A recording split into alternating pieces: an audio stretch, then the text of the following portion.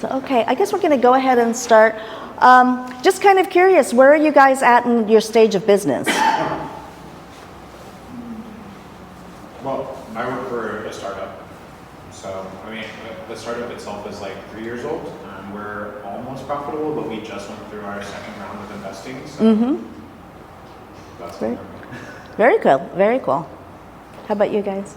I'm sort of freelance, so I don't know what stage I'm at, but I've been doing it for a few years now. So. Very good. Are you a sole proprietor? Are you an LLC? Self-proprietor. Okay. I have a partner that I work with. Like I said, I'm a web developer, so I have a designer friend who does web design, and then I help with the code, backend stuff. Okay. Okay, great. Yeah, you know, we have a lot of sole proprietors. People say, well, you know what, I'm by myself, and so I don't need to complicate things, keep things really simple, whether it's tech or whether it's in the creative community, we get that a lot. And so through the SBDC, we like to educate our clients also in terms of what you get for being a sole proprietor and really what you don't get, right? And that's the legal protection, you know, ability to grow, and then tax, you know, and then for tax purposes. So we really, so again, the SBDC, we provide confidential, no-cost consulting, counseling, and whether it's your first session or ongoing sessions, it's really a wonderful resource.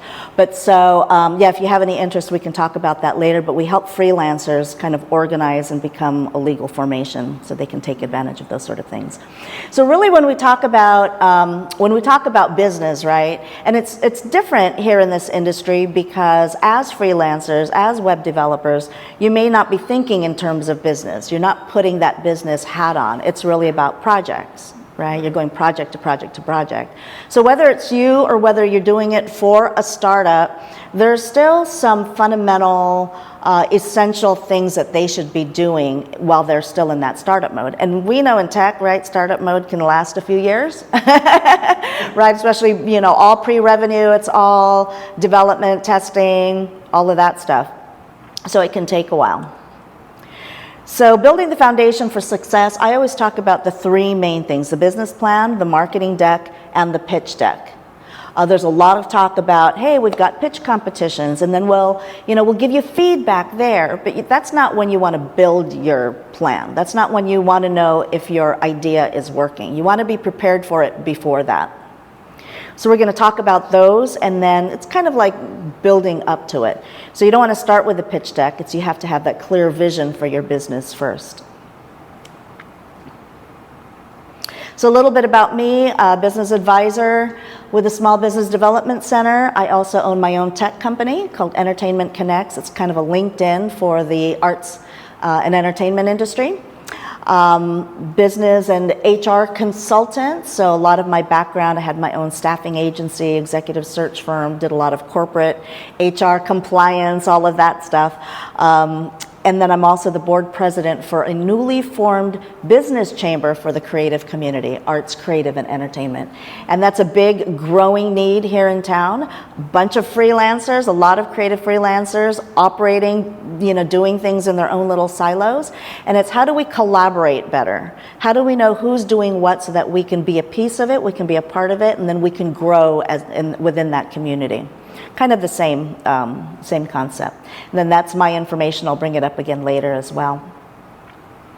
So the first part is the business plan, right?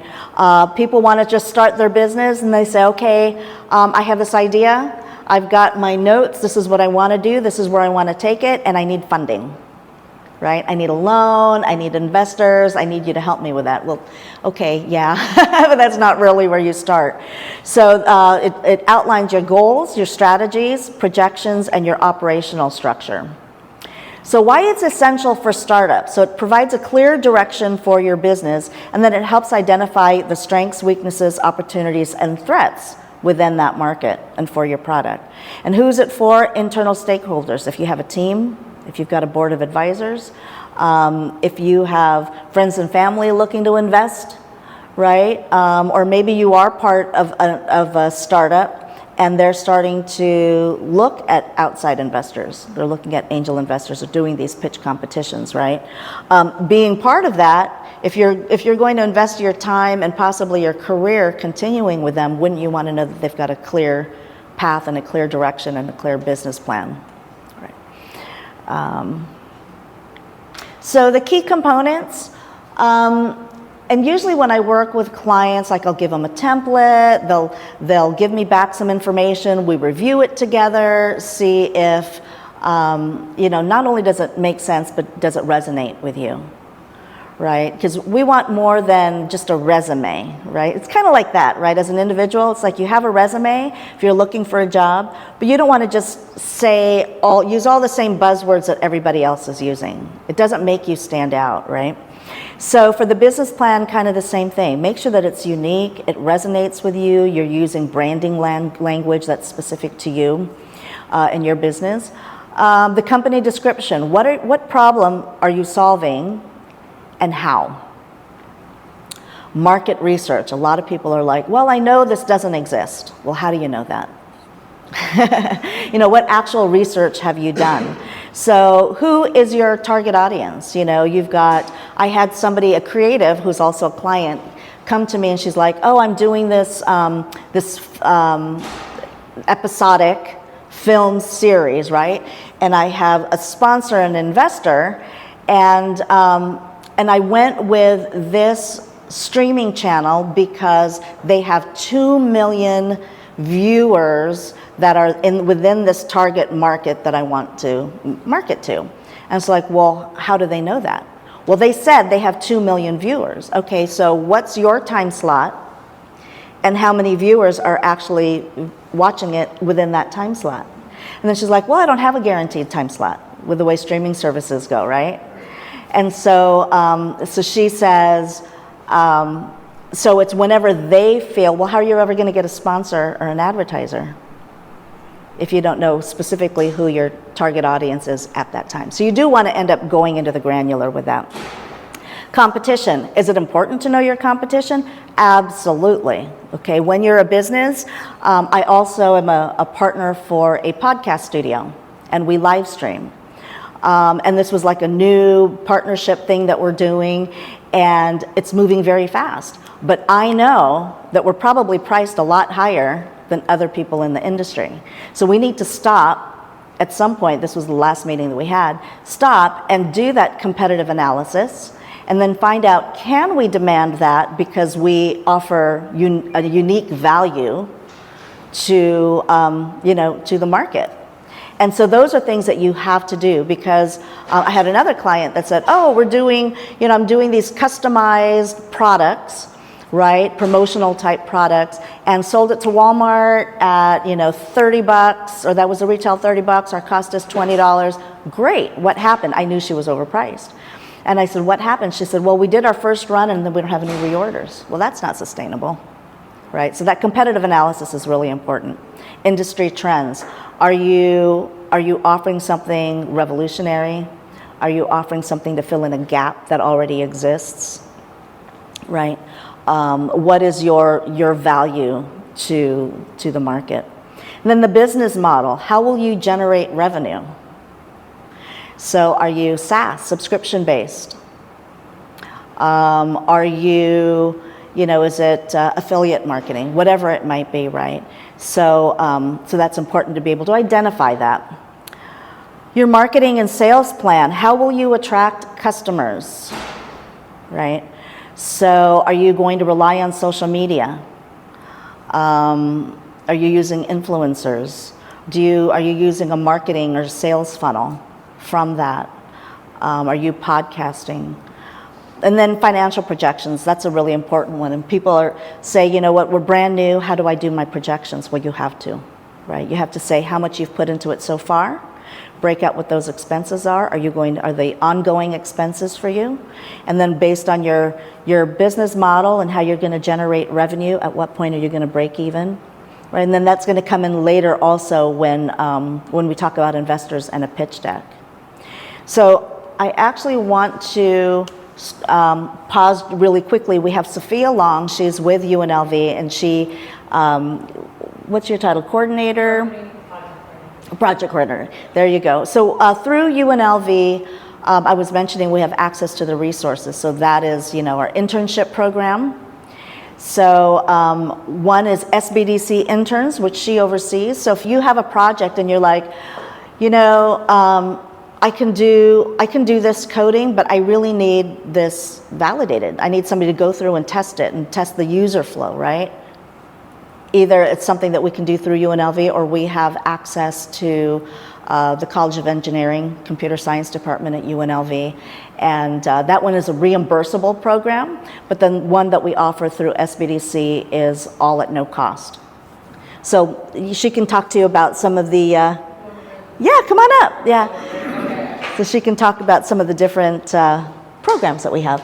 So one of the things that she didn't mention is market research. So we do have a marketing team at Nevada SBDC, and that's where our interns are able to do market research for you if you're looking into what the target audience are in your industry, your competitions and industry trends.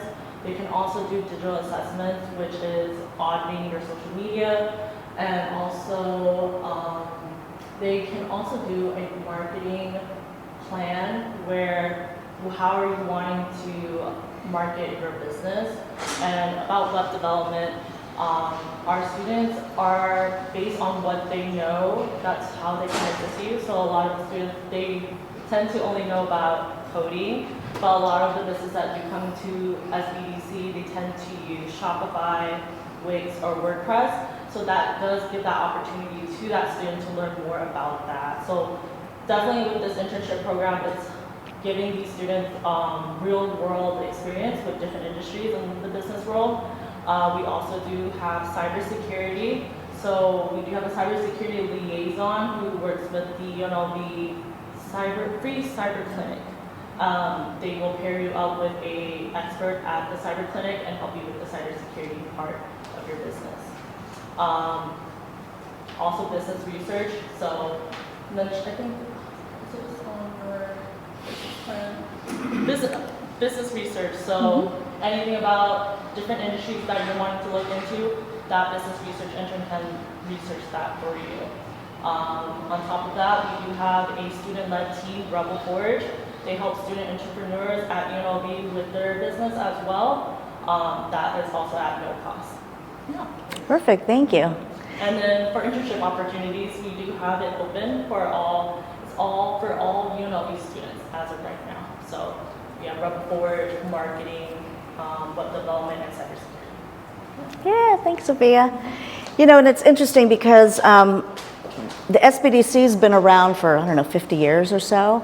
And me being a business owner, I've been here since 2005 in Las Vegas. I never heard of the SBDC, right? And it's such a wonderful resource now being part of it and really being able to serve the business community in this way. It's like, gosh, people just need to know about it. And so even the internship program, we think, oh gosh, they're interns. I need somebody to do this for me, right? Well, it's a win-win, right? Because they get the real world experience, but they also come in with their fundamental skill sets and say, train me on the rest, I can learn it, right? And then they can help. And to be honest, I've used interns for my own company. I'm probably on my 8th intern right now, and would not be able to execute on any of my initiatives without them.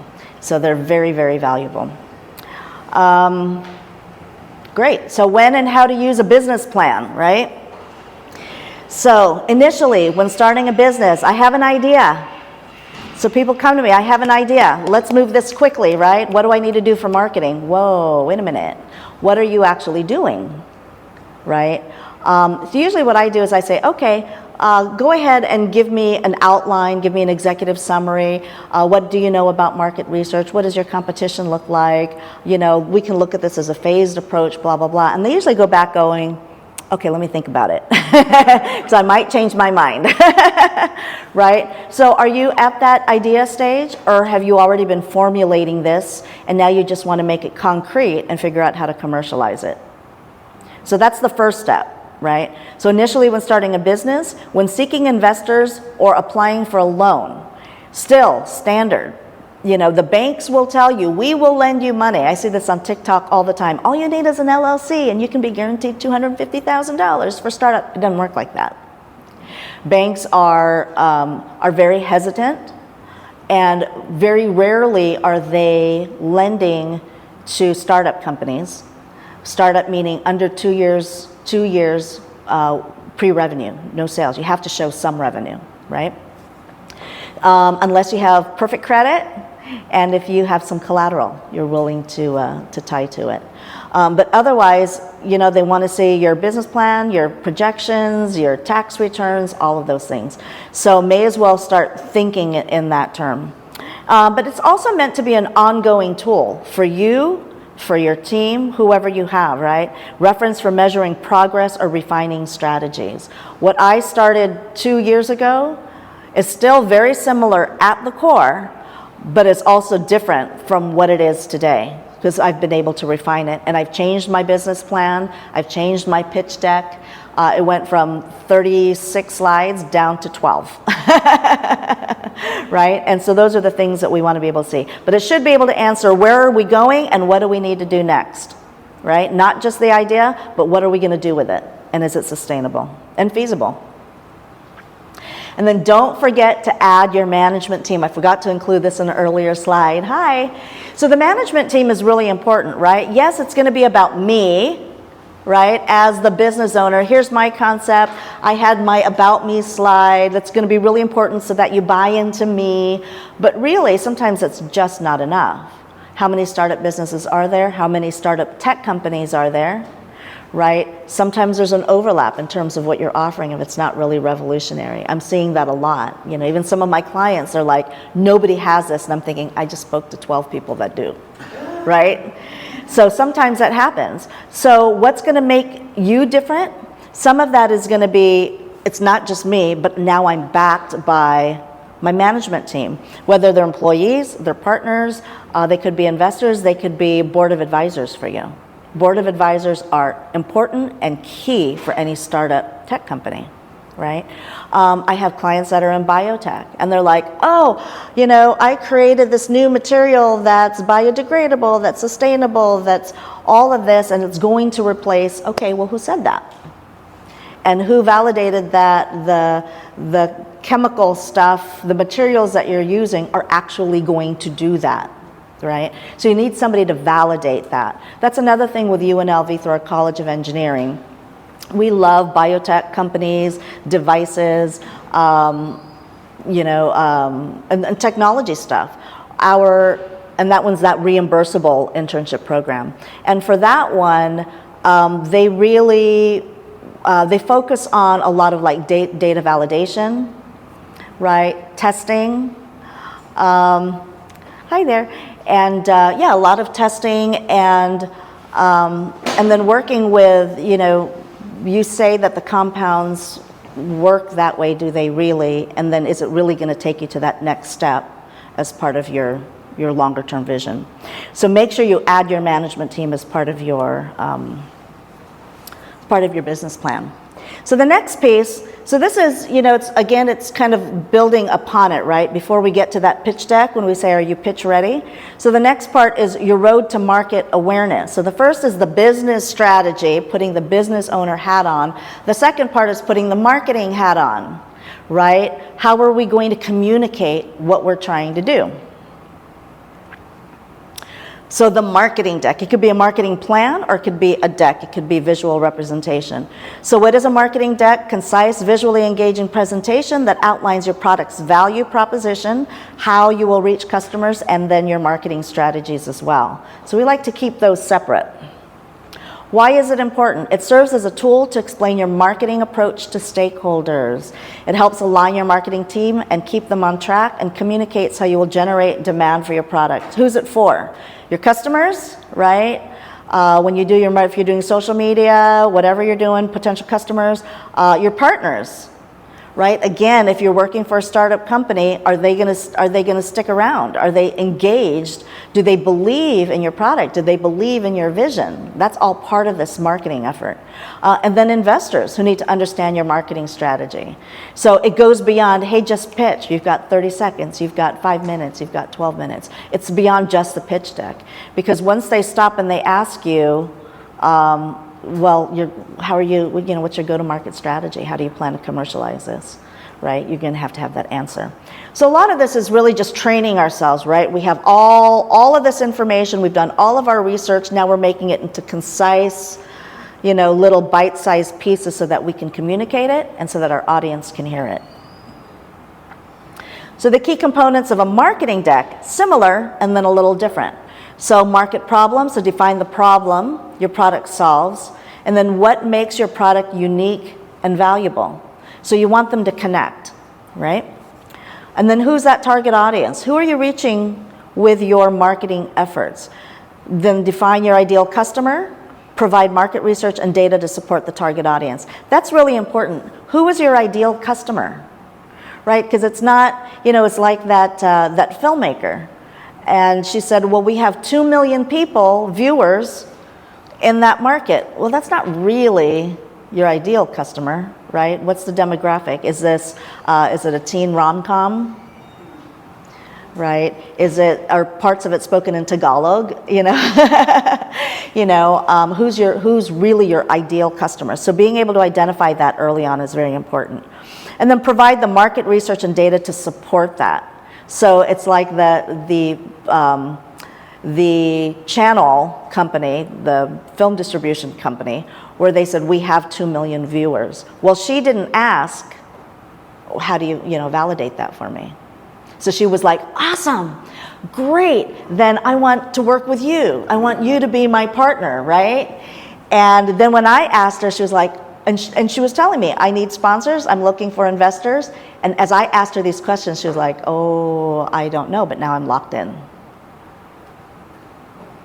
Marketing strategies, how do you plan to reach your audience, right? Content marketing, branding, what's your vibe? What's your tone, right? Make sure that it's all aligned and that you're consistent in your communication. What channels are you using to promote that? Social media, email marketing. I just read something where email marketing used to be, I still kind of think is old school, right? You've been in business for a long time, you're a professional, you are bombarded with, hey, let me help you create a new database for your recruiting customers, whatever. And it's ongoing, but it still works, interestingly enough. Paid advertising, right? Do you need to boost your posts? Do you need to sponsor your ads? What other promotions do you have? If you're a SaaS company, is it, 14-day trial? Bring a friend and it's 50% off, those sort of things. KPIs and metrics. Some people are like, you know what? I'm pushing it out there. I've got a lot of views, right? So it's got to be working. Well, are they converting to paid customers? You have to be able to track those analytics, where you start today and ongoing, not just today what that picture looks like. Okay, this is our trend. If I do a mixer event, and this happened early for my company, I did a mixer and immediately viewership, engagement, signups were great, and then 3 months later it dropped. So what's working, what's not working? And so those are the insights part of the analysis of the data that is important to look at. Budget and resources, so that's project costs for your marketing activities. Some people think it's really going to be free, or it's going to be, $5 a day with Facebook, right? Whatever it is, but you have to break it down and do a real full analysis of it. When and how to use it. For the marketing plan during early discussions with potential customers. So that really kind of boils down to what is your elevator pitch too, right? So that's going to be, if you have somebody's attention for 10 seconds, you have them for 30 seconds, you have a conversation for 2 minutes. What is that going to look like? What is the person you're speaking to, what are they going to walk away with? How are they going to feel? Like, wow, I never thought about that, or wow, I need that, or that's really great for the industry. So you want to leave them with those sort of things. Here's the thing when it comes to social media. They were showing that even though viewership continues, right, to rise, the actual engagement has gone down, unless it's like politics, right? But otherwise, when it comes to product marketing, brand awareness, people are looking and then they're gone within 2-3 seconds, right? They're just sort of scrolling. So that's a challenge. So you have to make sure those first 2 or 3 seconds you've got somebody's attention, or that's even the right marketing effort for you. Maybe you use that for brand awareness, but you really focus marketing efforts in a different area. When talking to investors about your customer acquisition plan, great, that's who you are. So how do you plan to go to market? How are you going to sell? How are you going to bring your customers in? They're going to want to know that. At sales meetings with your team, or if they're bringing in guests, right, trying to get some buy-in for your product. So it's important to have a marketing plan. And then this is the part, it's your story to investors. So we have the business plan, right? The business strategy. I kind of view it as boring stuff for most people, but essential, right? Essential. We build upon that to have our marketing strategy that says this is how we're going to commercialize. This is going to be our communication to our target audience. And now it's are you going to pitch, right? So what are you going to tell your investors? So the pitch deck is a brief, persuasive presentation used to attract investors by visually showcasing your business opportunity. Why it's critical for fundraising. Investors typically see dozens or even hundreds of pitches, so a strong pitch deck helps you to stand out. It's your opportunity to get the investor excited about your startup and the potential return on investment. Remember how I was talking about the resume? Thousands of resumes. Okay? And you could be the most qualified person for these specific jobs I'm working on, and you should be placed there. But if there's nothing in there, if it looks like everything else, I'm probably not going to see you. If you applied for the wrong job, I'm probably not going to see you. Right? If you added purple to it and reformatted it in a way where my brain goes, what did they just do? I'm probably not going to see you. Right? So there are some standard formats that people look for, right? And they want yours to be clear and concise, but they also want to know that you stand out, or you should stand out so that they can recognize that. And so for a lot of these pitch events, sometimes it's, oh, you don't need a business plan. Oh, you don't need a pitch deck. You're just going to stand up and speak. I can't tell you how many pitch competitions I've judged, and they stand up and speak without any presentation. They might have a product, and it's like, okay, yeah, great. Right? And maybe the award is 10 grand. Okay, that might work for that.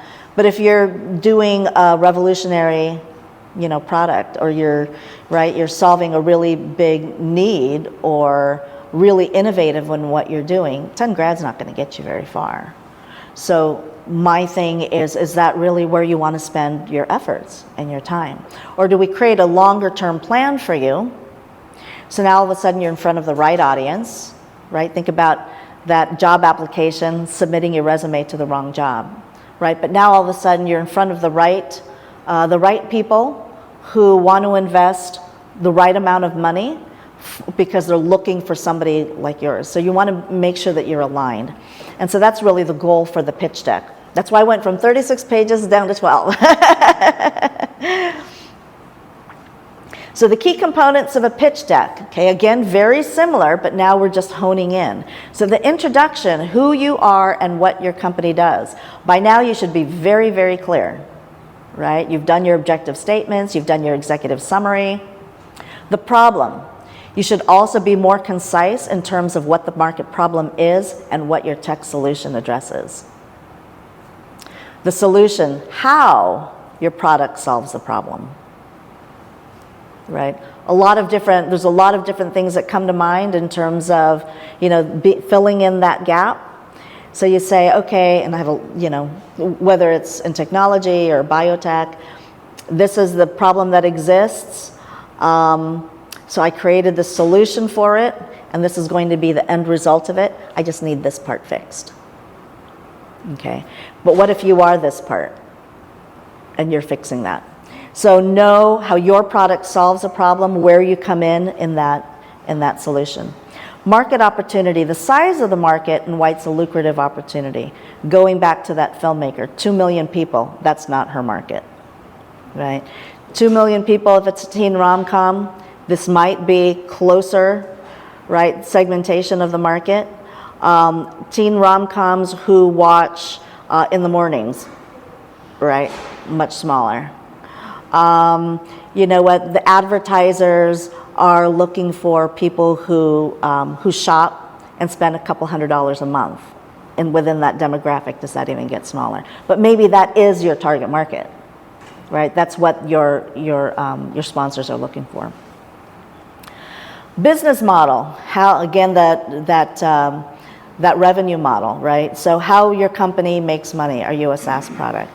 Are you, do you have is it a freemium, entry for the user? And then is there an upgrade for additional features? Is there a premium? Is there a customized platform? Are there services that are included with that, right? Let me do it for you. So what does your actual business model look like? And then when they look at projections, it sounds reasonable. They're like, that makes sense. Your go-to-market strategy, how you're going to get there and how you're going to retain the customers. Like I said, with that one mixer event, we had a great response initially and then the drop-off in 3 months. And so what do we need to do to retain them as our customers?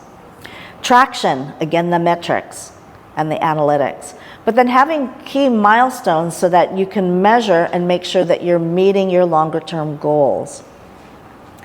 Why is that important for investors? Because they want to know where you started. So for me, I started 2 years ago. What strategies did I put into place that first year? Tech, we're still pre-revenue, right? We get that. What have we done since then to try to commercialize? Who did we bring on board? What does our management team look like? Are we getting more concise, more specific? Are we honing in, getting more sophisticated?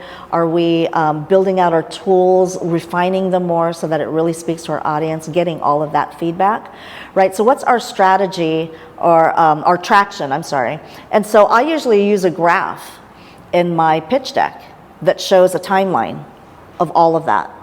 And then where we are today, and then what the goal is for the rest of 2025, right? Visual, easy, it's not a whole lot of words, easy for investors to grab onto that. And then your projections and then your current financial status. So that's going to be important. You might want, you can't eliminate like the ask deck, the financial deck until they ask for it, but you should have it ready.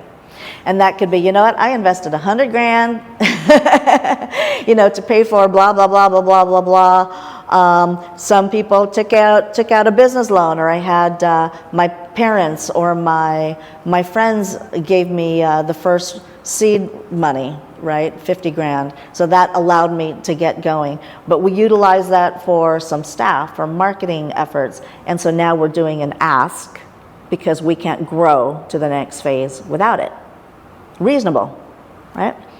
So, but you do have to say how much you're seeking and how will the funds be used. So I have clients who come in and they're like, I can't do this without $3.5 million. And I just started. Okay, well, let's be reasonable, okay? What does your business plan look like? What's your commercialization marketing plan? Let's take a look at your pitch deck, because you should break this out into phases. $3.5 million for what, right? Do you need to, R&D, product development? Okay, that might cost 100, right? Some staff, so whatever it might be, you want to include that on there. And an investor or a potential partner may come in and say, oh, you know what? I'd like to invest in your first stage, right? And it could be the equity share, the return, the potential for that is greater because the money is more important at that early phase, right? So it could be greater here. And if somebody says, okay, well, I'll give you some money, after it's been validated, So I'll come in phase 2 if you meet these goals. Well, maybe it's not worth 12% anymore. Maybe that same 100,000 might be worth less for you because you already did the hard part, right? And they deserve to have a bigger piece of that. So definitely, and then breaking out, whether it's percentage or by dollar amounts, how much is going to go to staff, to operating costs, rent, product development, all of those things. So to break those out. When and how to use it. Okay, pitch deck. Think about that. It's the visual, it's like this, right? It's the visual presentation. During meetings with potential investors, as part of a submission process for funding opportunities. So banks may not need it, but some savvy banks might be like, you know what? I've got some clients who might be interested, right? Can you send me over something? Me as a business advisor, Sophia, yeah, business plans are great, but if you're a tech company, I'm going to ask you for your pitch deck, right? I'm going to want to see it so that I can really understand what you're trying to do and match you better with potential funding opportunities, whether it's a grant, lending, traditional lending, non-traditional banks, right? There's those as well. Or we do have these pitch competitions with angel investors, and they're all a little different with what the awards look like and how they get distributed. And so it's kind of helping to match you up with all of those. And then definitely for pitching at accelerators and incubators. So when I launched my company, I was part of, are you guys familiar with Zero Labs? Zero Labs is tied to UNLV, but they're an incubator. And we started, I was part of their cohort 2. And so there were probably 17, 20 of us in that cohort 2. They're on to cohort 5 now, and they've had international companies come in and say, we want to be a part of this, help us grow it, help us with some of this basic fundamental stuff to make sure that we understand our full business model and strategy, and then help us get connected with the investors and other people in the community.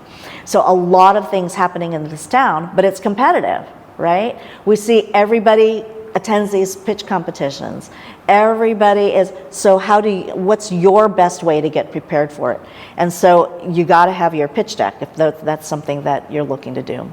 So here was something interesting I ran across and I wanted to share it with you. So establish your product's appeal with a product market fit pyramid. And so we do that with the TAM, SAM, SUM, right, when it comes to obtainable market size, those sort of things. But this one I thought was really interesting. I haven't seen it done this way before. And so again, big picture, identify your target customer, know who needs what you're proposing, product market fit, how will you meet your customer needs better than your competitors, right? That's a unique value proposition, that's next. But so if you are a podcast studio, we have a ton of podcast studios in town, right? What is my unique value proposition and how am I going to communicate that so that I stand out beyond the competition? So those are things to think about. Feature set, your MVP. Who here has an MVP if you're working on something? Well, I have a lot of startup companies, clients that they need funding for their MVP. So you're still in the ideation phase. You have to have something to show that you've put blood, sweat, and tears into your actual concept and that it's tangible and it's a real thing. So make your MVP prototype and then the UX, test it out to customers. Get that feedback. Hate doing that. Felt very vulnerable even to this day with my company. It's like, let me wait for the next round of features to get updated and then I'll release it. And it's like, no, I should be doing it while I'm building it with that select group, right? So they can provide me with real user case feedback.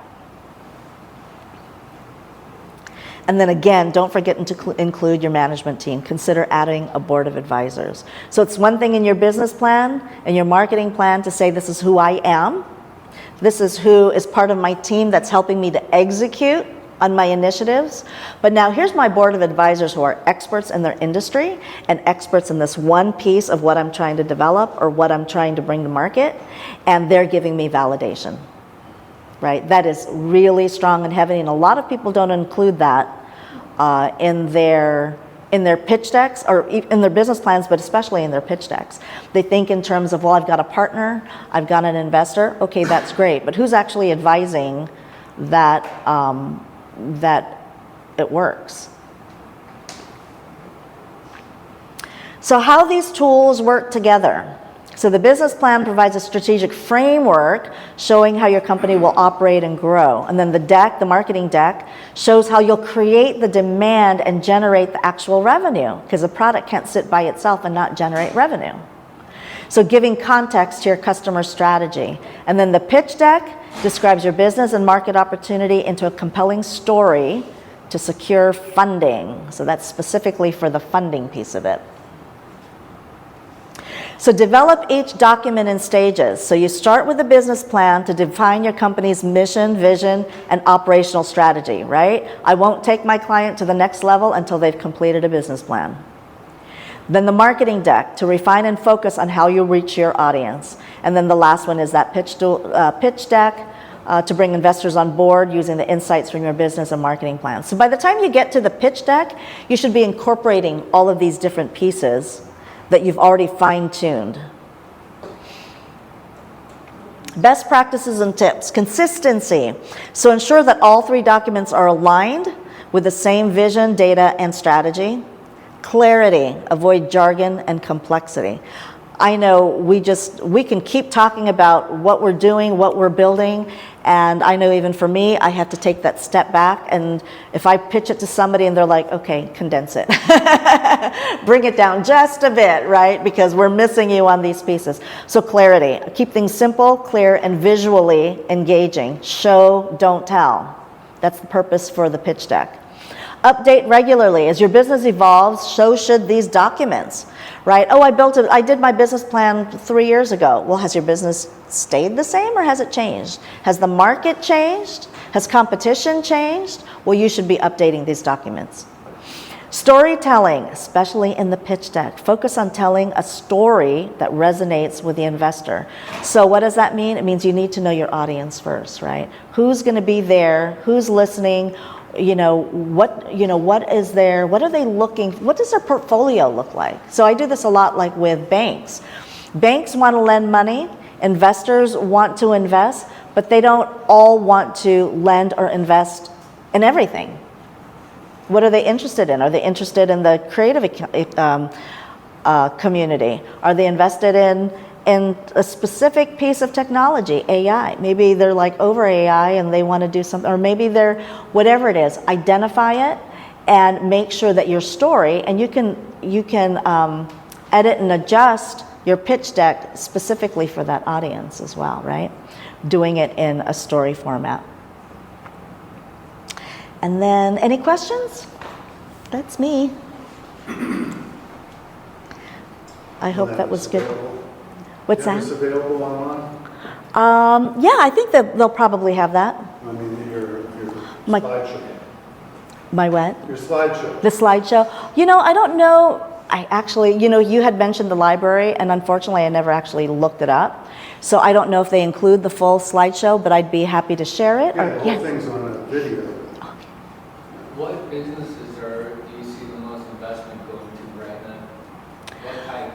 Great question. Great question. Here in Las Vegas and Southern Nevada in particular are areas of growth. Definitely, okay, I'll deal with tech afterwards, but definitely healthcare, construction. And with all of the talk with Hollywood 2.0 in film, it's now film and entertainment, media. But when it comes to tech, right, there's been a huge emphasis on, can we make this a new young Silicon Valley? People are going to move here anyways, right? I think Tony Hsieh, when he brought Zappos here from the Bay Area, his goal was, hey, I want all of my employees to be able to afford a home. That's why he moved here. And so he created kind of that first little community of tech startups. So now it's really, we have more people coming in with newer ideas, newer innovation. We have incubators and accelerators to help them get to commercialization. So there's a lot more focus on investors saying, okay, hey, what's Vegas got going on these days? So there will be, we see a growth in there, but it's not quite to that stature, right, and visibility as healthcare and construction. And then film, that's the sexy one, so. But yeah, but I think tech is next. There's a lot of focus on that. I have a question. Yes. So you said earlier that UNLV has like a robust, I believe it was a bioengineering or something program. Were you saying that there's like an ecosystem for like collaboration between folks who have like medical device startups and like working and utilizing resources, or can you expand on that a little bit? Great question. So usually what happens is, so sometimes people will go to UNLV directly, right? Talk to a professor, talk to some students. What do you guys have going on? And they usually bring them back to us, to the SBDC, because then they're like, what are they really trying to do? So as business advisors, we kind of get to the root of it, right? So what are you developing? Kind of all the stuff that we were talking about. What do you have in place that you're trying to do, or is it still all conceptual? And where are you trying to get to, and what is that gap? So you have to be able to identify that gap. And then what we do is we say, wow, you know what, that really needs to be with the computer science team, or it needs to be with, you know, one of the other engineering departments, or maybe it needs to be with medical. Maybe we need to bring in the law school, because now we're talking about possible trademark, you know, patent type things. So what do you have in place? And from a collaboration piece, I think that's a big part of what we're trying to do.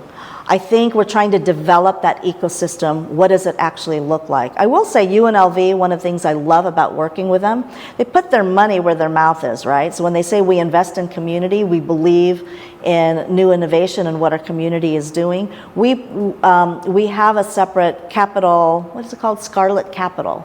And so we have a separate foundation that actually invests in new innovation, new products, new companies. And so part of this is, once we get to identify that this is a viable business model, then we say, hey guys at, you know, UNLV Foundation, right? Let's start having some conversations now. Here's the gap. Let me get you connected with our Step Up Startup internship program to help fill in that gaps. And once it's like, hey, you know what, that's actually really viable, and that's something that'll help our community, something sustainable, something that we're about in Vegas, then let's continue that conversation. Let's see who we can partner you with. Like I was saying with Zero Labs, they hold mixers with their alumni, and then they bring in investors. And I actually just received an email from them a few days ago where they're like, hey, Rachel, can you update your pitch deck? Because we know it's changed, because we're constantly updating and refining. And then they reached out to me. They were like, oh my gosh, this looks totally different from a year ago. It looks like you've really honed in on it. Let's have a meeting next week to see what we can do to help you commercialize it and get to that next phase. But it's all a process. And I don't want to say it's incremental, because we can do things incrementally, right? We can do it super organically, but we can also leverage tools, leverage resources to get us there faster, and leverage mentorship. UNLV, that's part of what SBDC is about. Education, mentorship, let's deliver the information. What else do you need from us? Who do we need to get you connected with, right? It's going to get you there faster. And is that only available for students? SBDC? Or like, The internship program? yeah, and all those items that you were talking about? No, they're actually, so the SBDC, we're funded primarily by the SBA, so that's federally funded for now, right?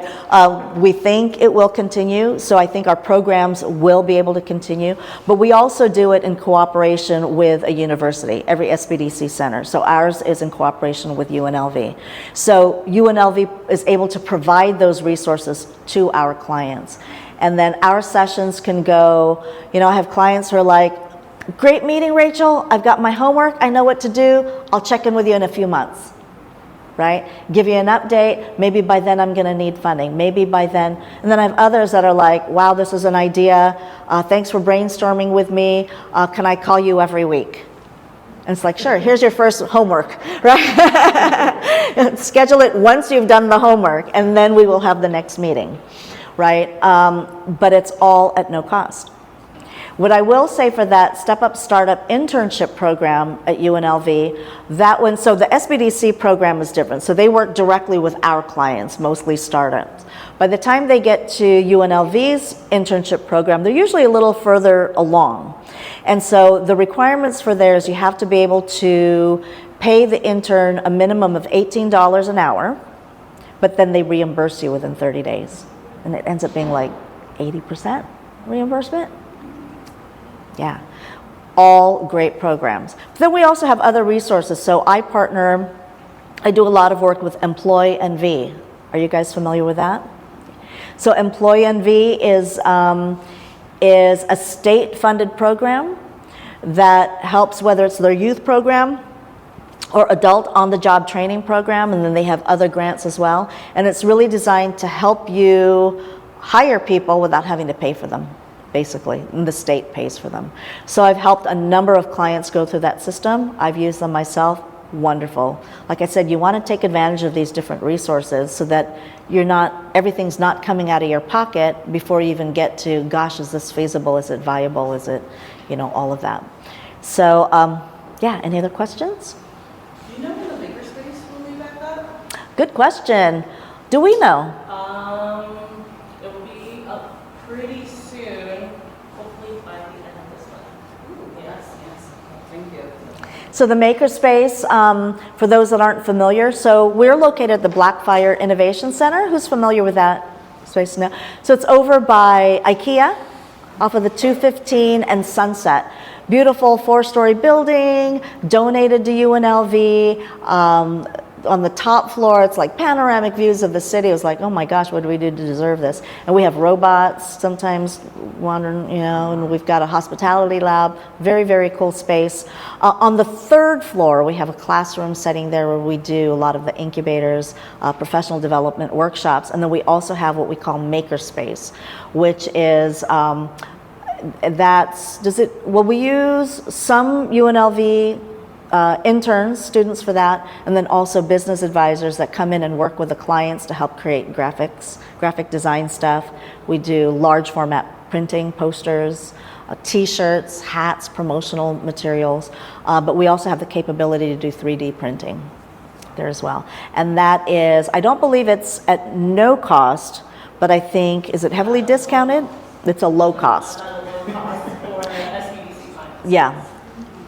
For SBDC clients. Yes, if you are interested in just having a consultation, right? Again, it's all at no cost. So register Nevada SBDC, go to request advising. When you select a center, go to the UNLV Research and Tech Park. Feel free to add my name, Rachel Gomez, under referral description. It will go to the state level. They'll assign you directly to me. If you prefer a different advisor, that's totally fine. They can match you up with somebody else. But that's me. Sure thing. Absolutely. Reach out with any questions.